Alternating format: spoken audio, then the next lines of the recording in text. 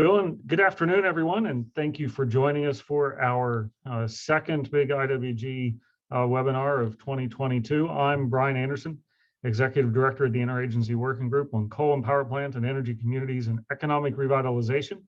For short, we're going to call it the IWG for most of the rest of the workshop and webinar today.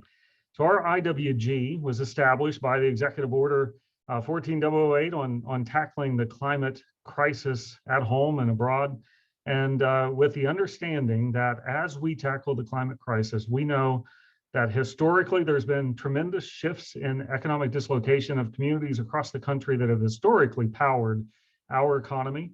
And as we move forward, there will be continuing changes to the economies of communities around the country.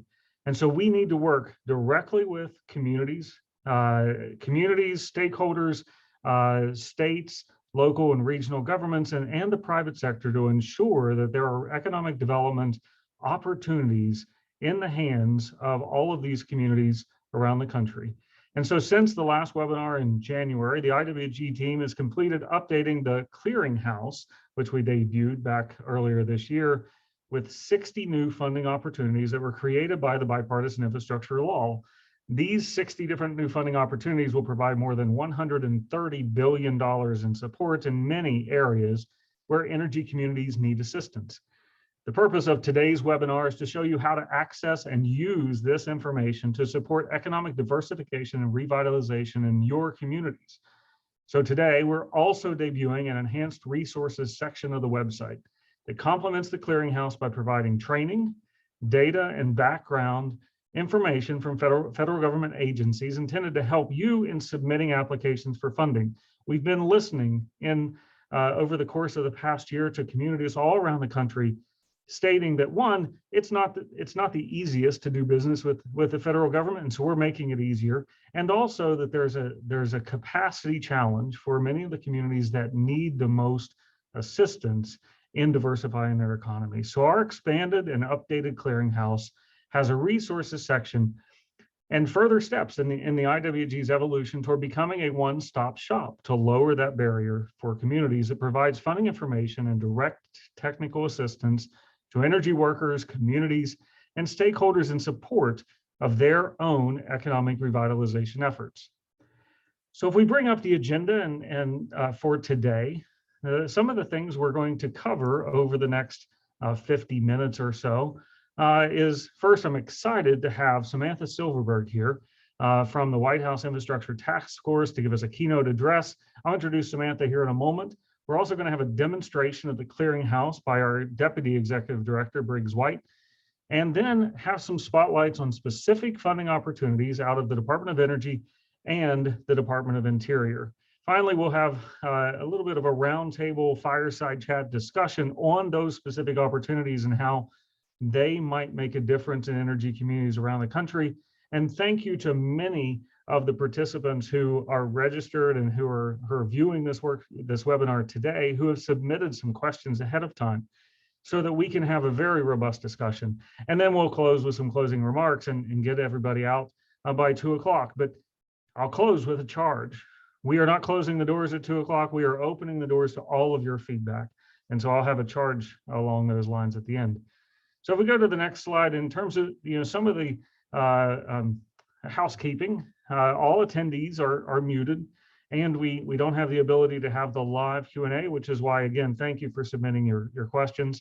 However, the slides, the webinar recordings, and additional resources will be posted to energycommunities.gov and sent by email to those who received notifications and who registered for this webinar. And so, with that very brief introduction, it is my honor now to welcome Samantha Silverberg, who in November was named the Deputy Infrastructure Implementation Coordinator, helping to lead the task force that President Biden created to oversee the implementation of the legislation that we're here to discuss today. Samantha previously served as Special Assistant to the President for Transportation and Infrastructure Policy and volunteered on the Biden-Harris transition team in several capacities.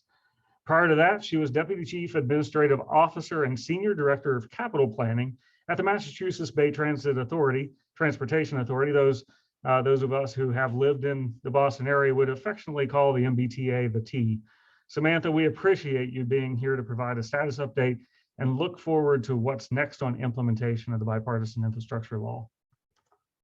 Thank you so much, Brian, and hello, everyone. I send best regards from my boss, Mitch Landrieu, who is our White House Infrastructure Implementation Coordinator, and he holds a special place in his heart for energy communities. And so he was very happy to hear we were doing these remarks today. And so today actually marks 100 days since President Biden signed the bipartisan infrastructure deal into law. The law is historic in its size. It's the largest ever investment in broadband, ports, clean energy, and water, just to name a few. And President Biden sees this as an opportunity to build a better America.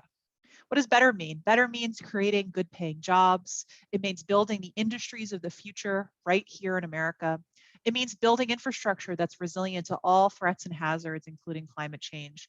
And most important, better means that this time we are leaving no community behind. As Brian mentioned, on the same day the president signed the bill into law, he signs an executive order that established an infrastructure implementation task force to work across agencies to break down stovepipes and make sure funds were getting down to the communities that need them the most. He appointed my boss, Mitch Landrieu, as implementation coordinator and co-chair of that task force. And over the last 100 days, our team has hit the ground running to deliver results.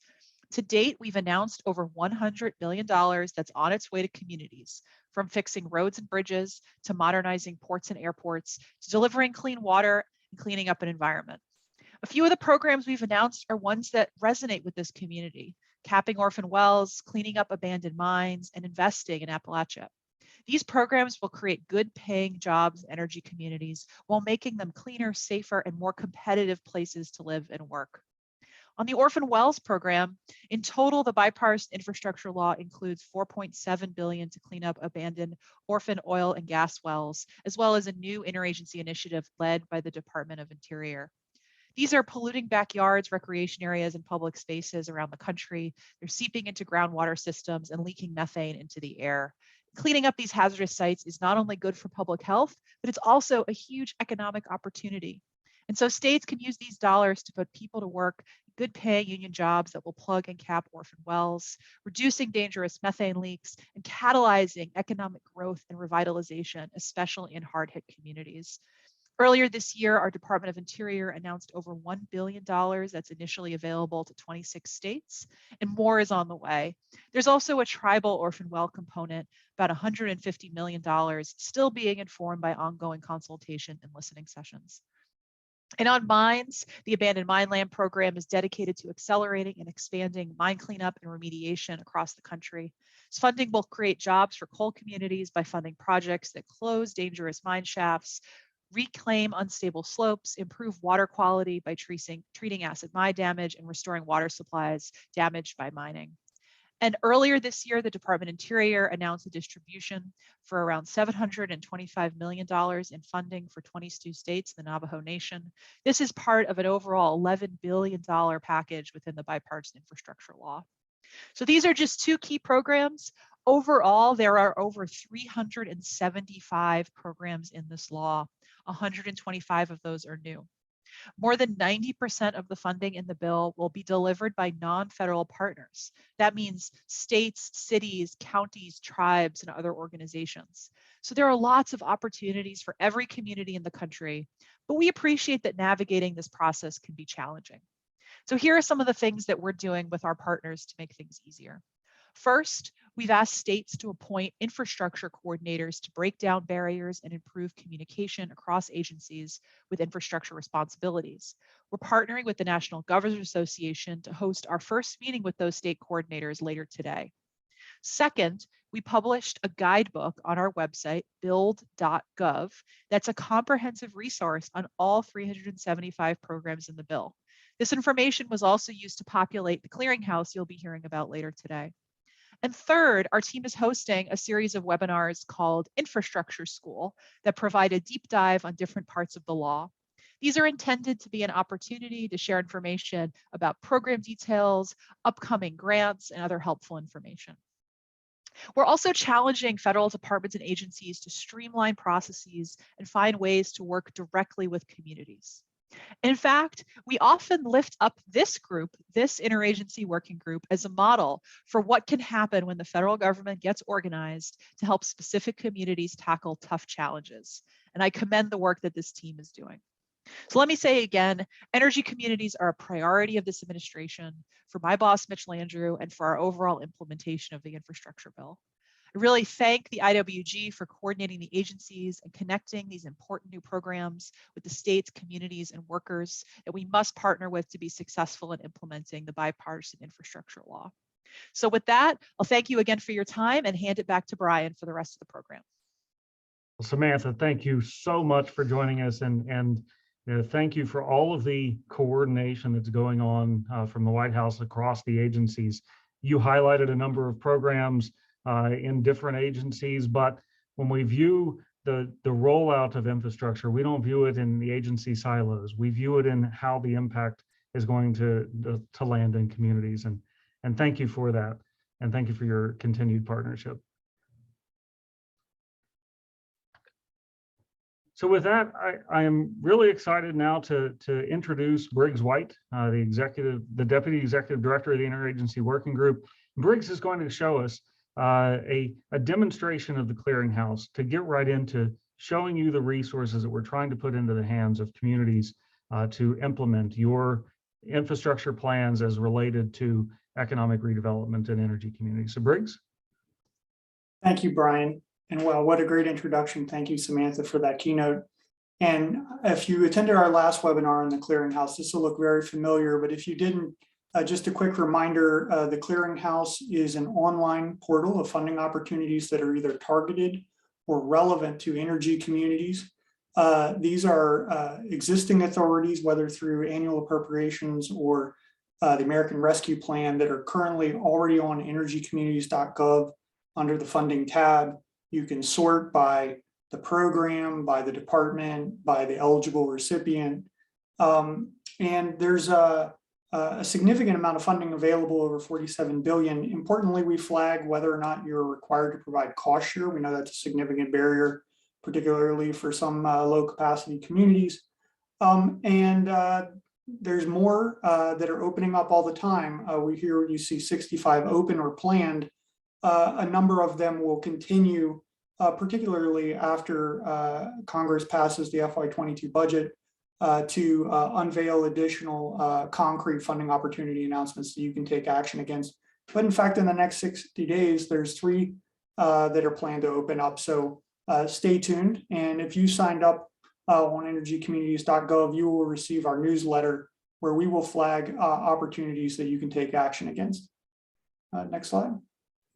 And just to sort of illustrate this a bit, here you see a breakdown by agency. And to illustrate, we've given an example over on the right-hand side of programs that you might think of, whether it's Appalachian Regional Commission's Power Program, the AML program under existing authorities for Department of Interior, Department of Commerce. We supported their ARP program rollout through EDA, and including continuing support through the Economic Adjustment Assistance Program. And on, over 30 programs from USDA, as was highlighted by Deputy Undersecretary Justin Maxon in our last Clearinghouse webinar. So please check out that recording if you'd like to, or just go directly to the website and you can start going through the opportunities. Next slide. But let's talk about what we're here to talk about today, which is the infrastructure bill. On top of that, a whole nother $134 billion of infrastructure funding. As Samantha said, there's a lot in that bill, and we've done the work of curating what is targeted specifically for energy communities where they're called out, or things that we've heard from you are really important and hence are relevant. And so we pulled those out, 59 planned bill opportunities. Honestly, not very many of these are currently in funding opportunity format. Many of these are in a pre-decisional planning phase. And so we've tried to flag any opportunities that are currently available to provide you more information about those, whether it's a notice of intent, a request for information, a public listening session, or other actionable opportunities. 8 agencies represented. Importantly, some opportunities that don't require any cost share. So that is also now on the funding opportunity announcement area of the Clearinghouse. So please check that out. Next slide. And here you see examples through the infrastructure bill. So you're going to hear a lot later in the program from DOE and DOI, but also would like to flag $65 billion worth of broadband investment coming through Commerce and other agencies, a significant funding to the Appalachian Regional Commission, also significant funding through EPA. Don't forget about their Brownfields program, a significant opportunity to repurpose asset sites, and much, much more. So you're going to hear more about DOE and DOI, but just wanted to give a few examples that are coming through there. Also, lots of call outs, particularly in the DOE provisions, as you're going to hear more for energy communities. So check that out. Next slide. Just a few stats on the infrastructure bill, and this is specifically for what's in the clearinghouse, not the overall infrastructure bill. A lot that doesn't require a match, so we know that's really important. You see, it's also a lot of grants as opposed to loans. We know that that's also important to energy communities. A lot of money flows through the states, as you've heard and as you will hear. And so the states will be distributing that funding, but also lots of opportunities, broad eligibility, which means there should be plenty of access to this funding. And we certainly want to hear from you if there's anything we can do in that regard. Next slide. And just a breakdown by funding, you've seen the stats in terms of the number of funding opportunities. This is more by the funding levels as appropriated. You see a lot of infrastructure funding, both energy and non-energy infrastructure, but also a lot of other work. You heard about the oil and gas well capping and AML remediation, which would show up under the environmental cleanup area, but also a broad range of support through the infrastructure bill that should be relevant to energy communities. Next slide. So now let's see a demonstration of how to navigate this clearinghouse.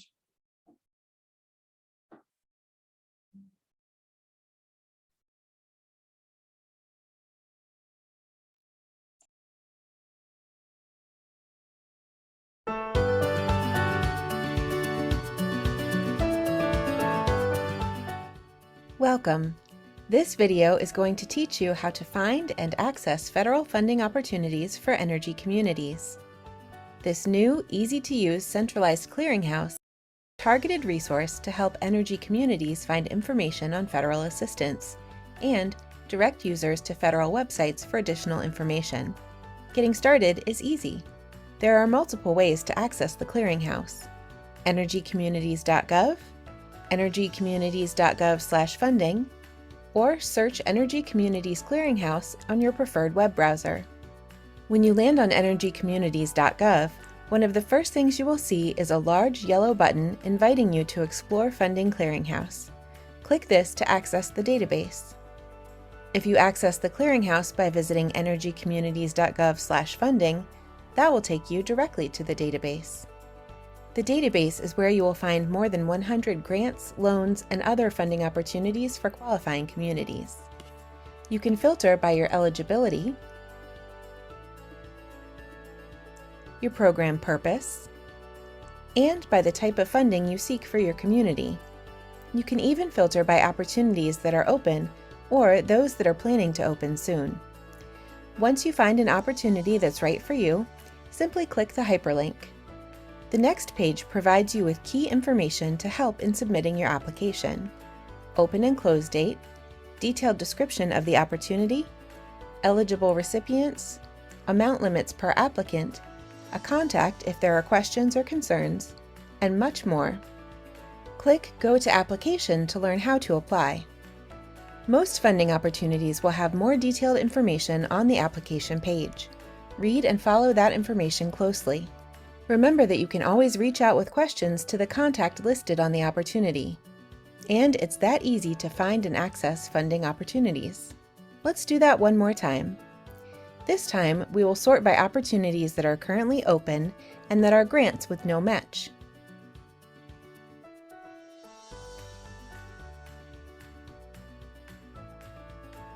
Here, we see more details on the program, including its open and close date, eligible recipients, program purpose, and more. Again, here, much more detail is found on the application page. Be sure to read everything available before applying. Oh, and one more thing. Energy communities now have access to many new funding opportunities, thanks to a recently passed bipartisan infrastructure law. This act provides a lot of real money that will positively impact energy communities. Information on planned infrastructure investments can also be found in the Clearinghouse. As these plans turn into specific funding opportunities for infrastructure investment, we will update the Clearinghouse with additional details. New funding opportunities are made available frequently. Always check back for new funding opportunities to help revitalize America's energy communities. Hopefully, this demonstration on how to access federal funding opportunities for energy communities was helpful. Please stay in touch with the Interagency Working Group on Coal and Power Plant Communities and Economic Revitalization by finding us online. You can also stay up to date by signing up for update emails straight to your inbox.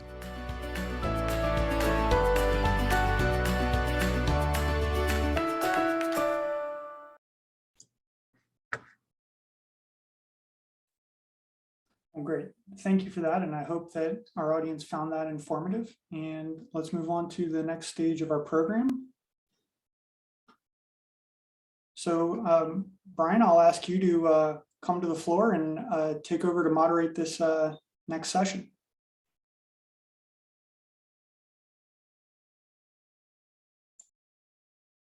Great. Well, Briggs, today we are joined by Kate Gordon, who's a senior advisor to the Energy Secretary, Jennifer Granholm in the Department of Energy, and Steve Felgus, who is the Deputy Assistant Secretary for Lands and Minerals Management in the Department of Interior. And as we highlighted in the earlier part of this webinar, the Department of Energy and the Department of Interior have many programs under the Bipartisan Infrastructure Law, which have direct relevance to our energy communities across the country. And so we've invited Kate and Steve here to talk about some of those programs.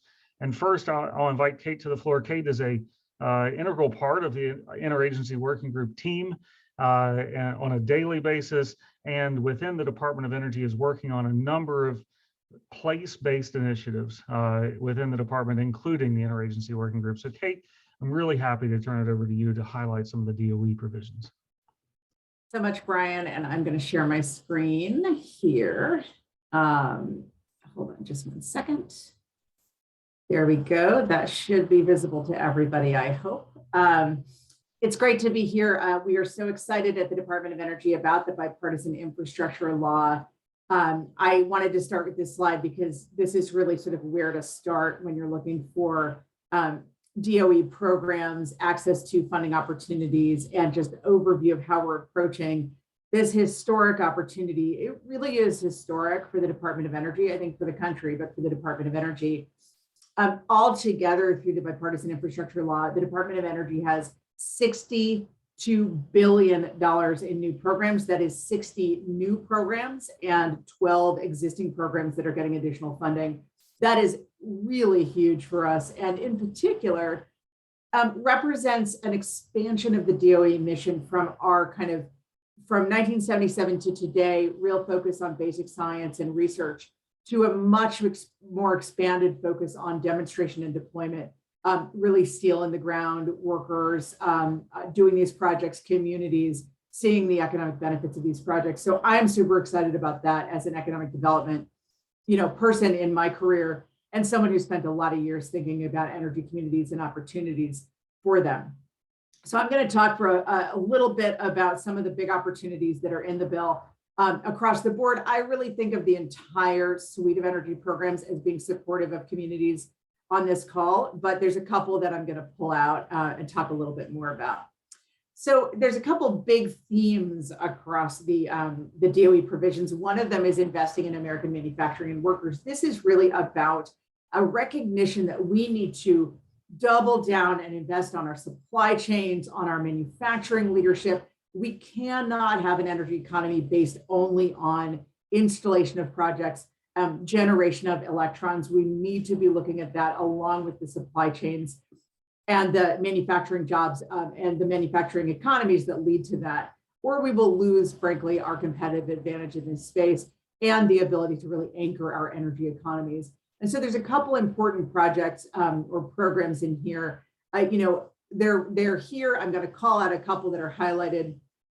One of them is a more than $7 billion investment across the board in battery supply chain, the recognition that if we're really going to transform our energy economy and our transportation economy, we have to invest in the battery supply chain. That's everything from rare earth elements, critical minerals, battery manufacturing and recycling, all the way through electric vehicle manufacturing, recycling, and installation of charging. Huge opportunities across the board there, but in particular on the rare earth element piece for communities with existing coal ash, existing mine waste that can actually be leveraged for those critical mineral, for those rare earth elements, excuse me. Another important one to call out is this $750 million grant program to support advanced energy technology manufacturing. And that is specifically designated to communities with closed coal plants or coal mines. So lots of opportunity there. A little bit more on that one. This is a program that, again, $750 million, it is grants, not loans, and not tax credits. So I think that's kind of exciting. Really for re-equipping, expanding, or establishing facilities to manufacture or recycle advanced energy projects. It needs to be in or near eligible census tracts. Those have closed coal plants and mines, as I said. Real target to small and medium facilities who, as you probably know, often just don't have the financing opportunities as the big manufacturing plants. Really exciting opportunity for us to work across all energy communities on doing some really exciting pieces of the manufacturing agenda. Another big suite of programs, and I know I'm going fast, you'll have these slides, but another big suite of programs is delivering reliable, clean, affordable power. We all know that communities cannot survive, cannot build thriving economies without access to affordable power. It underpins so many of the things that we all do. I didn't put it on here because it's not a DOE program, but obviously the broadband investments are a huge part of that across the infrastructure bill. So is a huge amount of investment into the grid. None of the things I just talked about are going to be possible without kind of connection points across the country between these energy generation projects in the grid and population centers. So these grid investments are huge and will be across the country. Also maintaining our existing nuclear fleet. This is the largest part of our clean energy generation right now. It's about 50% of all clean electrons in the country is from nuclear. This is a program specifically designed to support keeping those plants open where they still have useful life. So that's an exciting program as well. Clean energy demonstrations are another big area for us. We're actually have been directed to create an entire new office of clean energy demonstration. And in fact, that and the overall focus on deployment has led us to reorganize the entire Department of Energy with a new Undersecretary of Infrastructure and this new Office of Clean Energy Demonstration. This is exciting for us. This includes, for instance, a couple of programs I know many of you are interested in. The $8 billion for clean hydrogen, I'll talk more about in a second. More than $10 billion for carbon capture, direct air capture, industrial emission reduction. I literally just got off a call just now before this one with a number of folks in the oil and gas industry talking about orphaned oil wells, which you'll hear more about from Steve and Department of Interior, and how we can think about repurposing those for carbon capture and storage. There's lots of intersections there with the oil well program, and just a lot of opportunity for those who have expertise and infrastructure in oil and gas in particular. And then these demonstration projects in rural areas, including $500 million specifically for clean energy demos on current or former mine lands. And that's another area where we're working very closely with the Department of Interior because they have such a big investment in abandoned mine land reclamation in this bill. The hydrogen program is probably the most asked about program that we have at DOE. Every day we're fielding questions about this program. Where are these clean hubs going to be? How are we going to make sure these investments are happening across the country? The bill gives us, again, $8 billion over 5 years to develop out a set of clean hydrogen hubs and really jumpstart the hydrogen economy. This is very, very exciting. And actually that program specifically calls out the importance of leveraging existing fossil infrastructure, particularly in natural gas resource areas. So that's something to watch for sure. One of those hubs also needs to, as you'll see here, actually have as a feedstock fossil energy, including carbon capture and storage. So that's another opportunity. There's a lot of ways to engage on that. This again is probably our most popular and most asked about program that we have in the bill. you'll see here that you can sign up to receive updates on that. And again, you'll be receiving these slides. Just a couple more, expanding access to energy efficiency and clean energy. These are existing programs that we've had for years. They were mostly started by the Recovery Act back in 2008. 2009. This is the Weatherization Assistance Program. There's a $500 million program for efficiency and renewables in schools, public schools, and then our energy efficiency conservation block grant and state energy programs. These are foundational programs to make sure that what energy we're creating, what energy we are investing in is as efficient and used as efficiently and smartly and most accessibly as possible. The way we do this, it's a slow process. We're slowly rolling this stuff out. We tend to start with notices of intent or RFIs, requests for information. I just want to put a little bit of a kind of a flag on those requests for information. This is the opportunity that you have to respond to us with what your lived experience is of these programs. What do you need to see? How do you need to see us be more accessible? How do you need to see us be thoughtful on our strategic thinking on these programs? Those RFIs are the opportunity to give us that feedback. We also, after we take the RFI feedback, we tend to then go toward notices of funding. So the NOFAs, the funding opportunities come after that, but they take all of that RFI feedback into account. Many of the funds that we're talking about will go out through formula funds to states, not all of them, but especially in the efficiency side. And that's really underscores the importance of working with your state in those cases. Several of the others, the demonstration programs and the hubs, are competitive funding opportunities. So lots of different types of programs with different timelines. That's why it's going to be so important that you keep an eye on energy.gov/BIL, Bipartisan Infrastructure Law.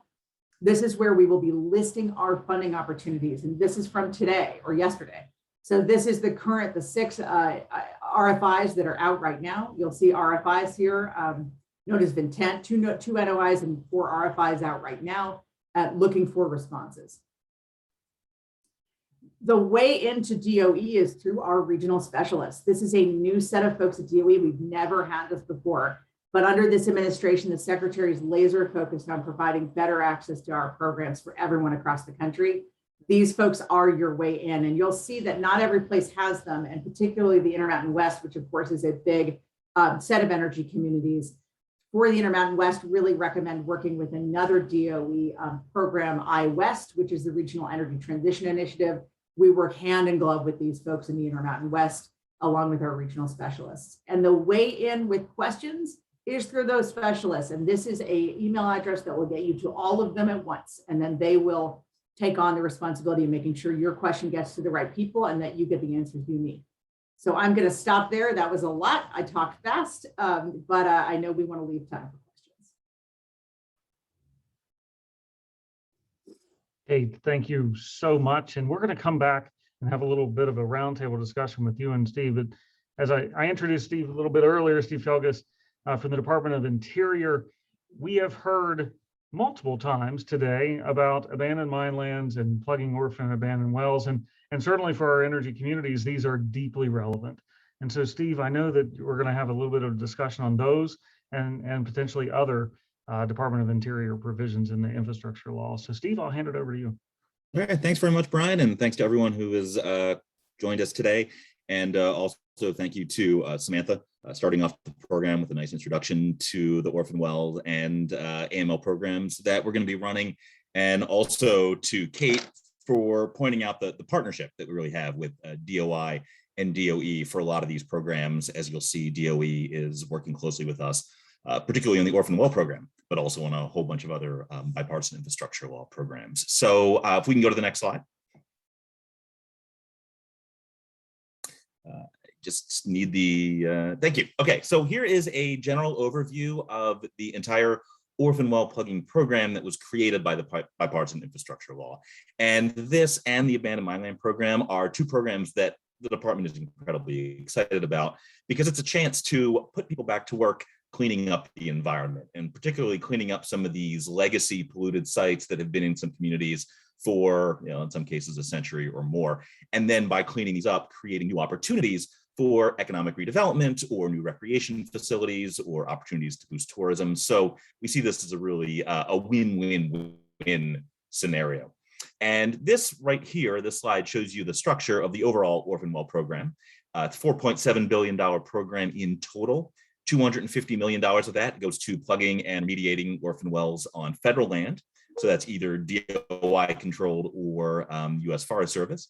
We've got $150 million for a tribal program. So that is wells on tribal land. And then the bulk of the money, roughly $4.3 billion, is going to go in grants to states through a number of different programs that I'll explain in a second. And as you see, there was also some additional money provided, $30 million to the Department of Energy for their help in research around orphan wells and orphan well issues. And then the Interstate Oil and Gas Compact Commission is also a partner with us in this project. They received $2 million under the bill. Next slide, please. All right. So just starting out on the federal program. So this is the one that's going to address wells that are on national parks or national wildlife refuges, BLM lands, Forest Service, and so on.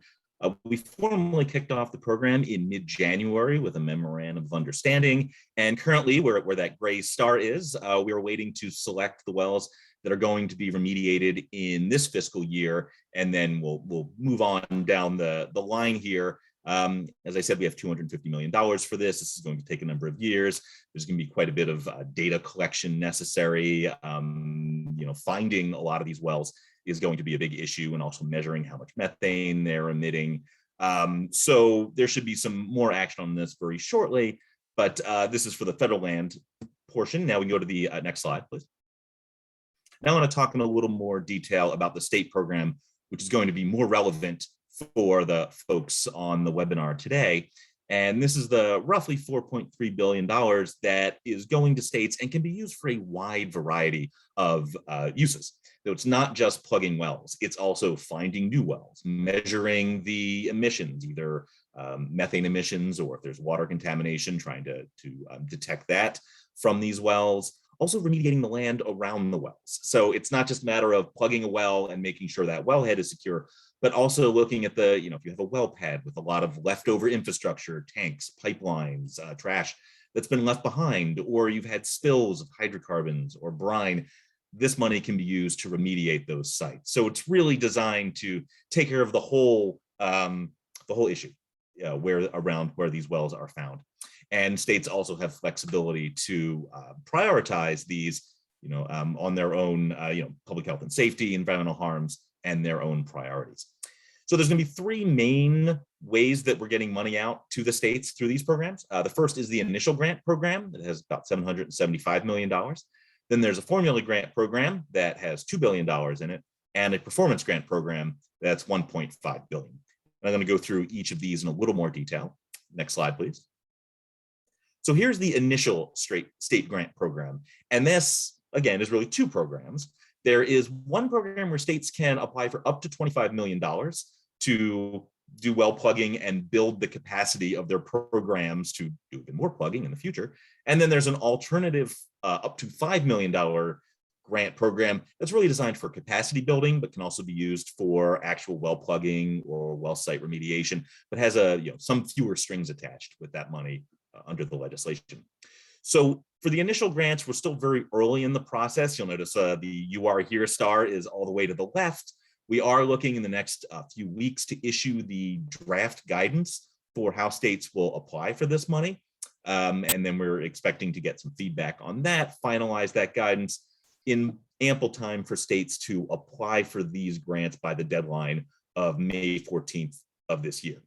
Once states apply, once we have a completed application, the department then has 30 days to disperse those funds, and then the states have 1 year to obligate that money, and obligate in the sense of the traditional federal legal commitment to spend the money that's received by roughly June of 2023. Of course, that date will depend on when the states actually get the money. And then 3 months after that, they need to report to us. So this is the basic timeline for those up to $25 million initial grants that states will be able to apply for very shortly. Next slide, please. The formula grant program is a little more involved, and we've already gone through a few steps of that. So states needed to inform us by the end of December 2021 whether or not they intended to apply for one of these grants. And we got 26 states saying yes, reporting nearly 130,000 documented orphan wells, which is a big increase in the numbers that were being reported just a few years ago. So it just shows that there's, as states go look for more wells, they're finding them. And there's a lot out there. And there are some estimates. The EPA estimates there may be as many as 2 million undocumented orphan wells out there. So there's quite a bit to be found. And then at the end of January, we published the initial formula for what states are going to be eligible to apply for. I will run through that detail in just a second. Once we issue guidance for this program, there's no deadline for states to apply. So it's a little more, they have a little more time than the initial program. Once they get the funds, then states will have 5 years to obligate these before they need to be, any unused funds would be returned. Next slide, please.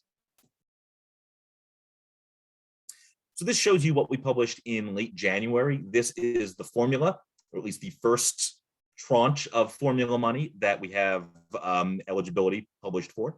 So within the legislation, there was the guidance. It was a direction to use 3 different factors in determining this formula: the number of documented orphan wells, the cost to reclaim those wells, and then the job losses from the start of the pandemic through the signing of the infrastructure law. And we weighted each of those equally. So each state, based on their share of the total number of documented wells or cost or job losses, is how we put that into this formula. And then we didn't allocate the full $2 billion according to that formula, because this data in many cases is still very estimated. And the job loss numbers are still going to get updated by the Department of Labor in the upcoming months. And the number of wells that states have is still being updated as well. As states get some of their initial money, they're going to be able to go out and find more wells on the ground. So we didn't want to penalize states that hadn't had a chance to actually go out and do a more robust inventory of their orphan wells. So we announced the phase 1 eligibility, is what we called it. And that's the $25 million in the initial grant, plus the share of the first $500 million in this formula grant funding. And then once we get better data, once we have a better idea of the job losses and the costs and the number of wells, we will recalculate this formula for the remaining $1.5 billion. So these numbers in the second column here are very estimated. They are likely to change, probably not change in a huge amount, but they are very rough estimates right now of what states are going to be entitled to under the formula program and the initial grant program. Next slide, please. And then I'm not going to spend much time talking about the other grants under this, like the performance grants, which are 2 types. There's regulatory improvement and matching grants. Those programs under the law don't get started up until after the first 2, the initial and the formula grant programs.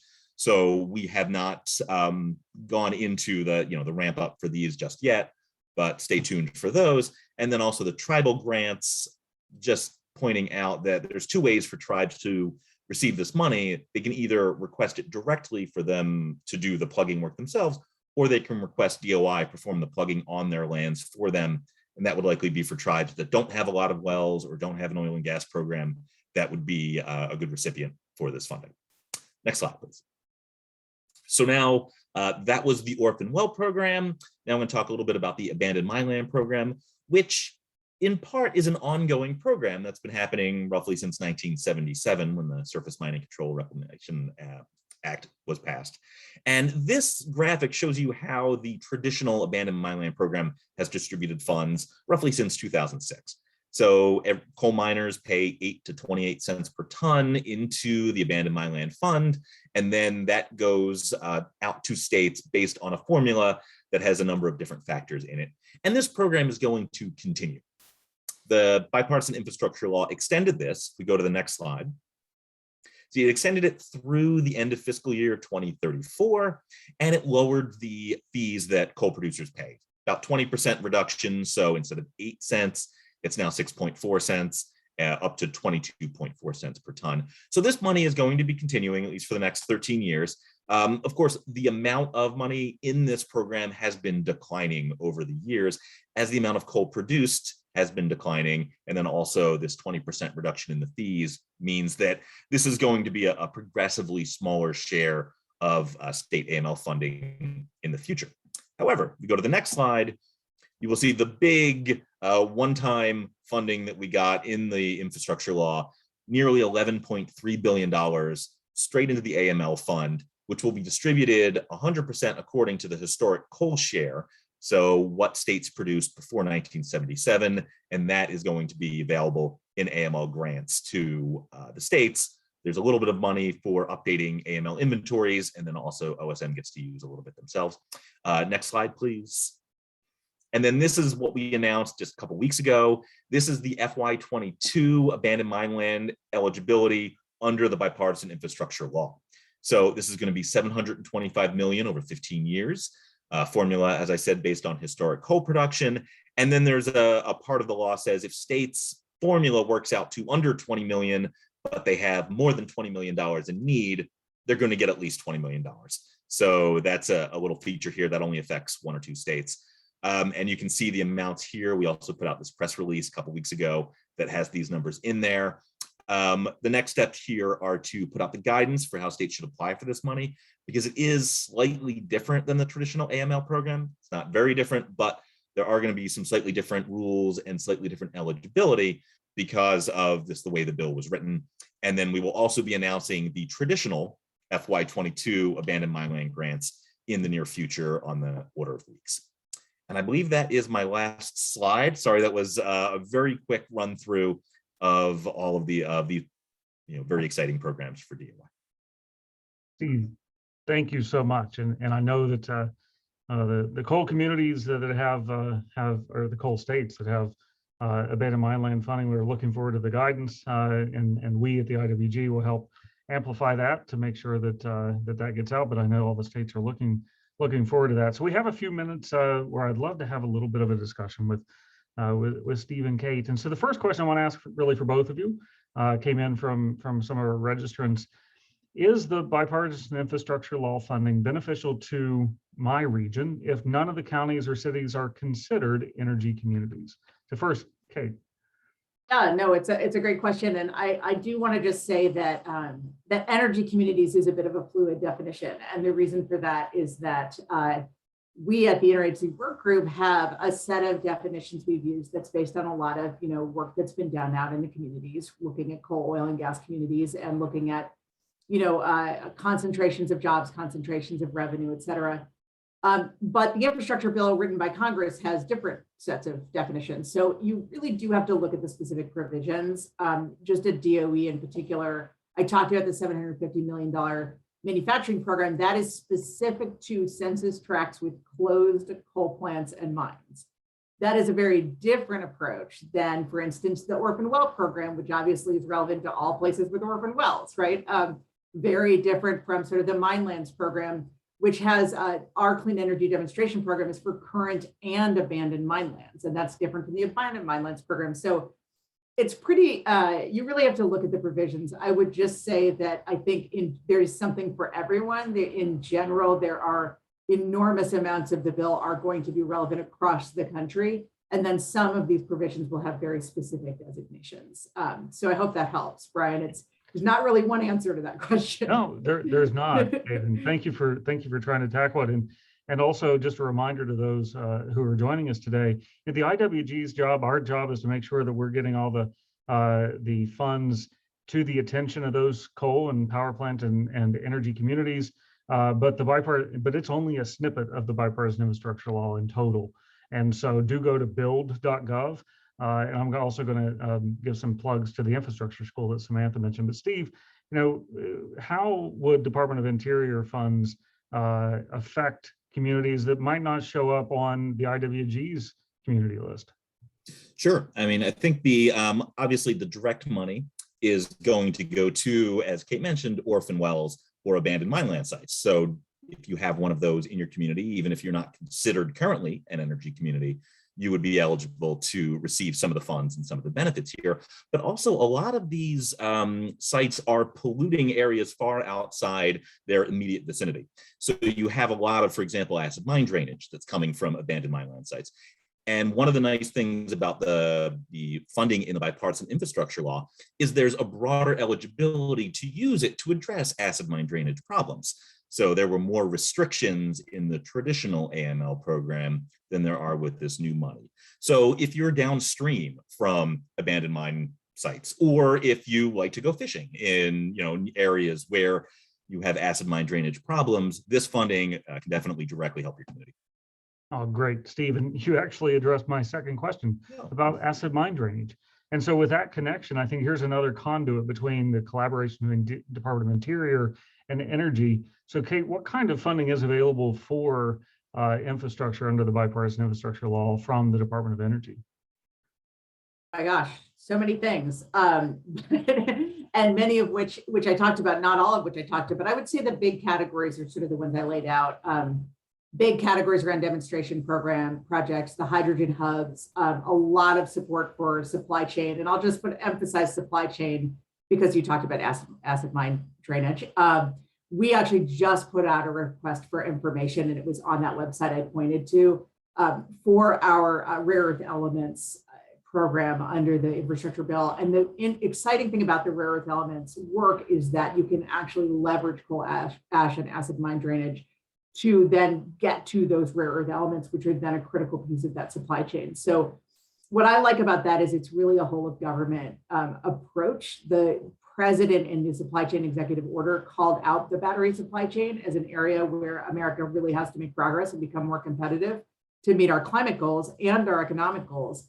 There's a piece of it that's about mining. There's a piece of it that's about manufacturing and recycling. There's a piece of it that's about EV infrastructure and charging. DOT has a big piece of it. DOE and DOT transportation have actually created a joint office to address the EV infrastructure and charging piece. So this is truly a whole of government effort to transform the transportation sector that has a really important piece for these mining communities in particular. Okay, thank you. I mean, there's a huge takeaway here is that there are so many resources that we're taking on as the IWG. A takeaway for me is that we need to continue to digest it and make sure that we're making the connections to the agencies because there's so many opportunities. I want to change gears just slightly and focus on the worker now. So many of these communities have displaced workers. We know. And so Steve, specifically within the DOI's provisions for abandoned mineland reclamation and plugging orphan abandoned wells, what are some of the opportunities for workforce training and for the worker themselves? Well, thanks, Brian. That's a great question, and one that we are very much exploring right now, because that is a huge priority for, I don't know, for the entire Biden-Harris administration, but definitely for Secretary Deb Haaland as well, is making sure that people in these communities have access to these jobs, that they are good paying jobs, that when possible, they're union jobs, and that also that tribes have the ability to get contracts for a lot of this work. So one of the things we're looking for is actually information from folks in these communities and people who are involved in training programs as to how we can most effectively make these things happen. Because we're very interested in funding workforce retraining, in making sure that these contracts are going to small businesses or minority or women-owned businesses or tribal businesses, and we're looking for the thoughts from folks on the ground. What can we do to really make this program work for everyone? Steve, thank you. And well, unfortunately, we're running short on time. So Steve, I'm going to ask you is there any one final thought that we haven't covered, and then the same for you, Kate? Well, sure. I just want to say that one of the things I didn't have a chance, I didn't put our email addresses up on a slide for folks. If they have comments or questions, please, we've got 2 email addresses you can send to us. Hopefully this will get sent around. The easier one is Orphaned Wells, one word, @blm.gov. And that's our, they are running the federal program, but also we can make sure that any questions that get sent there, if they're about states or localities, we get them to the right people. So we really want to stress how much we are looking for feedback from folks on the ground as to how we can make this program most effective and useful. Perfect, Steve. And Kate, final word. Final thought actually is on your worker question, which is there are hundreds of millions of dollars in this bill for the DOE to do workforce development. And we are again looking at prevailing wage. There's Davis-Bacon, which is a labor standard requirement on many pieces of this bill. It also establishes an Energy Jobs Council where we're going to be looking at the long-term needs of the new energy economy and what that looks like. So huge opportunity. I'm really excited about it. Several parts of the bill, including, you can tell I'm obsessed with the battery sections, battery recycling and manufacturing actually has a call out for energy workers that are formerly employed in the fossil industry. So there's really exciting, not only general opportunities, but very specific opportunities for energy communities in this bill. Really excited about it. And I cannot possibly remember our main email address for the regional specialists, but it's on that presentation, which you will have, and we will send it out. Well, Steve and Kate, thank you so much. I always hate running out of time, but we could continue this for a long, long time. So thank you so much for giving a brief overview. To those in the audience, thanks also to Samantha and Briggs for earlier contributions. I want to make sure that you have some information to go forward. Samantha mentioned the infrastructure schools. So here are some sessions relevant to energy communities that are coming up: the Clean Energy and Power, Water, Environmental Remediation, and Broadband across March. And so we will make sure that the information of how to register for these and how to come to these infrastructure school put on by the White House is in your hands if you've registered or are attending today.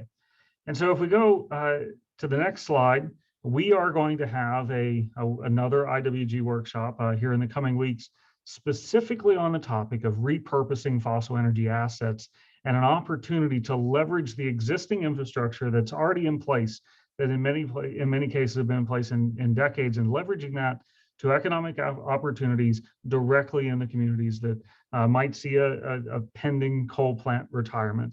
And so keep you on the lookout for that March 30th webinar on repurposing fossil assets. And again, thanks to the team at the Department of Energy for teeing this up.